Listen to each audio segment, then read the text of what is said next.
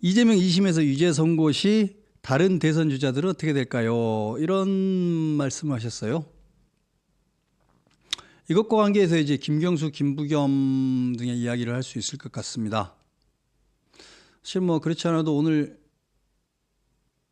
이렇게 저렇게 취재 겸 신년 인사 겸 전화를 몇 군데 해봤었는데요.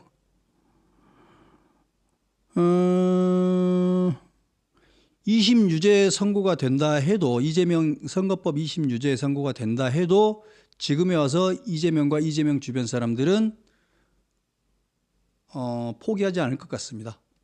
포기하지 않을 것 같고 대선 출마를 강행할 겁니다. 그렇게 됐을 때 비판은 심해질 것이고, 심한 경우에 당이 쪼개질 것 같은 파열음이 나기도 하겠지만, 이미 삼수갑산을 가버린 마당에 이재명과 그 주변은 결코 포기하지 않으려고 할 겁니다. 2심에서 법정 구속을 시키지는 않을 겁니다. 다만 2심이 나면 대법이 야 이거 2주건 3주건 바로 결론 내리겠다라고 바로 선언하고 기일 지정해가지고 바로 며칠까지 선고하겠다고 해버릴 수도 있습니다. 대법이. 아무튼 그렇게 됐을 때 최악의 경우에는 민주당이 후보 없는 상황에서 대선을 맞이할 수도 있죠. 그 상황이면 김경수라든지 김부겸이라든지 그 3월, 4월에 그러면 어떻게 할 것이냐, 이 부분에 대해서 저는 매우 중요한 판단을 내려야 될 수 있다고 생각합니다. 김동연, 김부겸, 김경수, 그리고 이낙연까지 마찬가지죠. 민주당 안에서는 근데 섣불리 이재명이라는 사람이 본인이 의지를 가지고 출마하겠다고 하는 이상 민주당 안에서는 섣불리 본인이 하겠다고 나서기가 쉽지 않은 조건입니다. 그렇죠?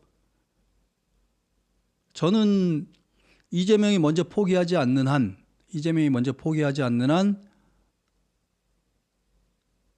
지금까지 제가 봐온 역사에 의하면 김부겸이건 김경수건 김동연이건 저는 못 나선다고 생각합니다. 안 나설 거라고 생각합니다. 이재명이 스스로 나 안 해, 나 포기라는 선언을 하기 전까지는 제가 보기에는 못 나설 거라고 생각합니다. 그게 그 사람들의 한계라고 생각합니다. 그렇기 때문에 저는 바깥에 예비가 필요하다고 생각하는 겁니다. 그리고 민주당은 그렇게 해서 후보 없이 대선을 치르는 운명이 될 수도 있고, 거기에 대한 책임은 이재명과 이재명 주변 사람들이 역사에 대한 책임과 민주당에 대한 책임을 져야 할 겁니다. 이건 사실은 이재명만의 책임이 아니라 그런 이재명을 지지했던 민주당원들도 같이 책임을 져야 될 문제입니다. 뭐 제가 그분들을 걱정해 드려야 될 건 아닌데 그렇습니다. 그래서 저는 외부에서도, 민주당의 외부에서, 야당 세력 중에서 민주당의 외부에서도 후보가 필요하다고 생각합니다. 이재명 재판과 관계된 이야기를 드렸고요. 그다음에 국민의힘 이야기도 한번 해보겠습니다. 국민의힘 아까 제가 여론조사 결과 양자 대결 조사를 보면 오세훈이건 김문수건 홍준표건 사실은 안철수 원희룡도 큰 차이가 나지는 않습니다. 한 5명 정도의 후보들이 고만고만합니다. 유승민까지 6명인데 유승민 후보는 조금 떨어질 수도 있고요. 어느 시점이냐가 중요한데, 이분들도 저는 시점을 잘 잡아서 메시지를 중도를 향한 메시지들로 조금 이전을 해야 된다고 생각합니다. 그때 제가 말씀을 드렸을 겁니다. 물 바닥으로 가라앉지도 않고 공중으로 붕 떠버리지도 않는 물 표면을 가는 그 메시지라고 말했었는데요. 지금은 당원들만을 위한 메시지가 아니라 당원 플러스 중도를 향한 메시지까지를 던지는 그런 고급 기동이 필요한 상황입니다. 그래서 경험이 필요하다고 말했고, 그런 기동을 할 수 있는 게 필요한데 국민의힘에서는 아직은 그런 비슷한 기동을 보여주려고 하는 사람이 지금으로서는 오세훈 정도 아닌가 싶어요. 근데 아직은 시작입니다. 시작 단계입니다. 국민의힘 같은 경우 가장 큰 고민은 이걸 겁니다. 만약에 이건 가정입니다. 윤석열 대통령의 탄핵 심판 때문에, 파면 때문에 만들어지는 대통령 선거라면 국민의힘 출신 후보로는 정당성이 많이 떨어지는 게 사실입니다. 지금 지지율이 얼마가 나오고 있건 간에 결국 궁극적으로 대선 국면에 오면 책임론 이야기가 안 될 수가 없습니다. 그러니까 야권 쪽 후보가 이재명이 아니면, 야권 쪽 후보가 이재명이면 이건 뭐 책임론이 중요한 게 아닌 그냥 힘 대 힘의 양자 대결이 돼버리면 그때는 뭐 큰 차이가 없을 수도 있는데요. 야권의 후보가 이재명이 아닌 경우라면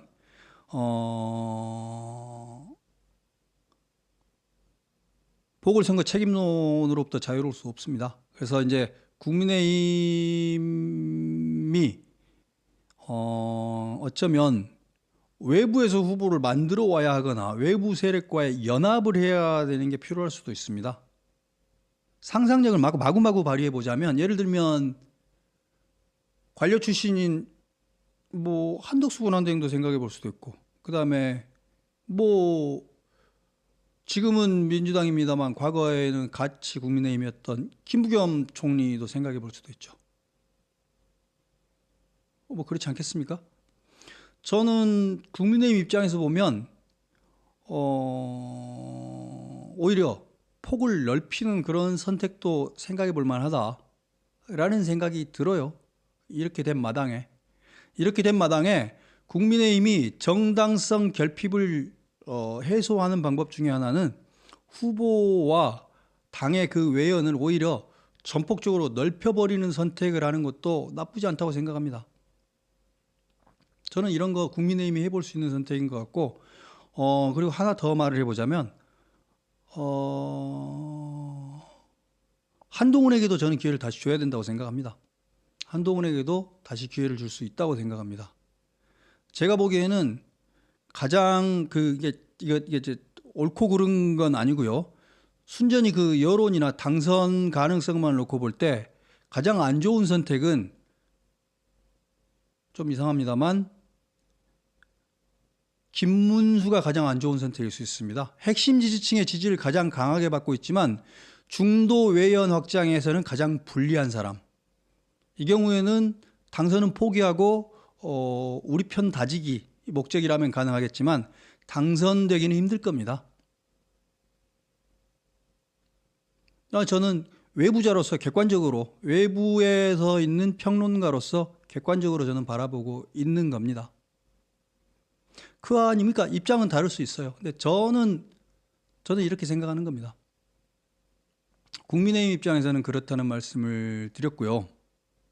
근데 이제 국민의힘도 이런 선택을 하기가 쉽지 않고 민주당도 이재명을 버리기가 쉽지 않죠. 기회는 뭐 구속 취소를 하실 수는 있는데요. 그렇게 누군가를 버러지라고 말씀하실 것까지는 아니잖아요. 한동훈도 물론 실수를 했죠. 저도 한동훈도 잘못도 했고 실수를 했다고는 생각합니다만, 글쎄요. 제가 보기에는 한동훈의 도움도 필요하고 오세훈, 원희룡의 도움도 필요하고 홍준표, 김문수 모든 사람들의 도움이 다 필요할 것 같은데요. 한덕수도 데려올 수 있으면 데려오고, 이렇게 다 합쳐가지고 해도 쉽지 않은 게임인 것 같은데요. 국민의힘 입장에서는 저는 그렇게 넓게 봐야 된다고 생각합니다. 만약에 이번 대선에서 제대로 싸워볼 요량이라면. 이게 제가 보는 선거판입니다. 결국은 중도를 공략을 해야 이기는 게임인데 내부의 논리만으로는 절대 승리하지 못합니다. 저는 그렇게 생각합니다. 예, 다시 민주당으로 가보겠습니다. 민주당으로 다시 돌아가가지고 김경수 이야기를 해보겠습니다. 김경수 전 지사죠. 김경수 전 지사가 이재명 때리기를 했죠. 치욕스럽게 당을 떠난 사람들에 대해서 사과부터 해라. 그리고 그 사람들 다시 끌어안아라. 이런 말을 했잖아요. 아마 뭐 실제로 한 이야기나 뭐 그런 것들이 그보다 더 있는 것 같기도 한데, 여러 가지 오고 간 이야기들은 글쎄요. 김경수의 진짜 의도가 뭘까요? 저는 김경수가 이번에 본인이 대통령 후보가 되고 대통령이 되는 것까지를 진지하게 고려하는 걸까요? 저는 아닐 수도 있다고 생각하는데, 본인은 이참에 약간의 면죄부 정도로 얻는 기회라고 생각하고 전초전, 데뷔전 정도라고 생각하면서 본인이 군부를 떼고 군부를 떼는 신호탄 역할을 한다든지 아니면 선을 그어주는 역할을 한다든지 그런 역할을 충분히 할 의지가 있다라고 생각합니다. 저는 그 정도를 하는 거라고 생각하고요. 그 정도를 위해서 본인을 기꺼이 불사르겠다면 전 나쁘지 않은 선택이라고 생각합니다. 다만이라는 말은 필요 없죠. 저는 뭐 그 정도로 그 김경수 지사를 그 정도로 읽고 있습니다. 그래서 그런 용기와 자기 희생이라고 말했습니다. 이런 게 있다면 저는 김경수 지사가 이번에 가치 있는 일을 할 수도 있겠다 이런 생각은 합니다.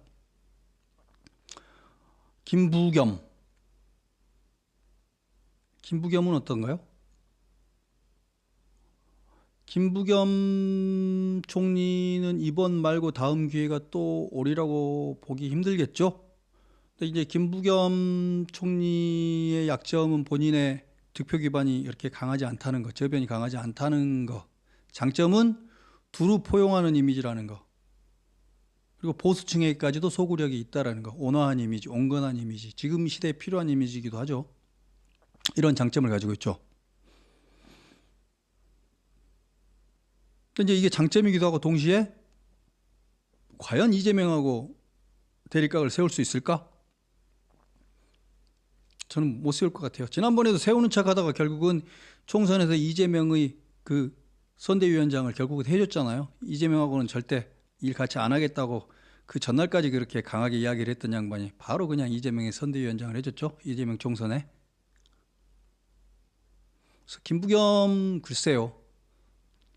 신경민 의원은 김부겸은 이재명의 들러리 역할을 할 거다. 들러리 페이스메이커 역할로 가장 이재명이 선호하는 사람이다라고 이렇게 말씀을 하셨는데 그거야 뭐 이재명 입장일 거고 김부겸 총리 본인은 대권에 대해서 저는 진지하게 고려할 거라고 생각합니다. 김부겸 총리 측과 관계에서 저라면 그분들한테는 이렇게 말하고 싶습니다.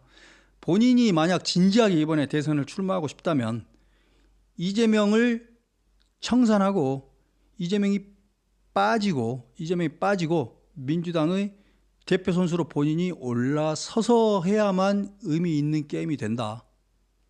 이재명하고 경선을 한다든지 그렇게 해가지고 되는 길은 어차피 없다. 이렇게 생각합니다. 무슨 말씀인지 충분히 이 방송을 보고 있는 김부겸 참모도 아마 있을 것 같은데 이해를 했을 거라고 생각합니다.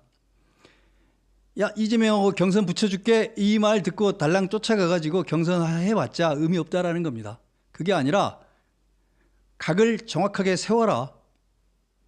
이제 이재명의 정치도 청산해야 될 시간이다. 이재명의 정치도 청산하고 민주당을 새로 세워야 될 시간이다라는 말을 또렷하게 하지 못하는 한 후보가 될 일도 없고 후보가 돼서도 당선될 일이 없다라는 말입니다. 그냥 들러리가 될 뿐이라는 말입니다. 이 말을 정확하게 해야 한다. 근데 과연 이 말을 할 수 있을까? 지금까지 역사를 보면 저는 그 말 잘 못할 것 같다는 생각이 듭니다. 너무 야박한가요?